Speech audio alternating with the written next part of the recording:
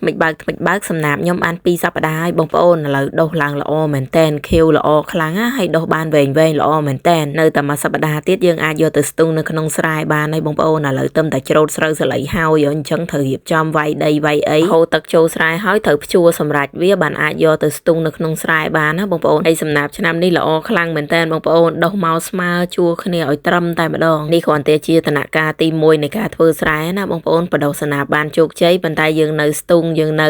មើលថែទឹកដែលយើងយកកូនសន្ទុងនឹងយកទៅស្ទូងនៅក្នុងស្រែហ្នឹងត្រូវប្រយ័ត្នទឹកបន្តិចតែទឹកច្រើនពេកហ្នឹងខ្យងវាឡើងមកច្រើនហើយអត់បានទេបងប្អូនរាល់ឆ្នាំគឺថាស៊ីអាកូនសន្ទុងយើងខ្ចីហ្នឹងហ្មងហើយបើទឹកតិចពេកហ្នឹងធ្វើឲ្យស្រូវអត់ល្អហើយណាមួយទៀតដុសស្មៅនៅក្នុងស្រែច្រើនអាឡ័យតែស្មៅបឺតយកជីជាតិដីអស់ទៅអញ្ចឹងសន្ទុងយើងវាអត់បានបឺតជីជាតិអញ្ចឹងណាអញ្ចឹងវាអត់សូវល្អអត់សូវធំអត់ល្អនិយាយទៅការធ្វើស្រែនៅនេះបងប្អូនអើយថែទាំដូចថែកូនអញ្ចឹងមិនរំតបានស្រូវមកគឺថាពិបាកដែរ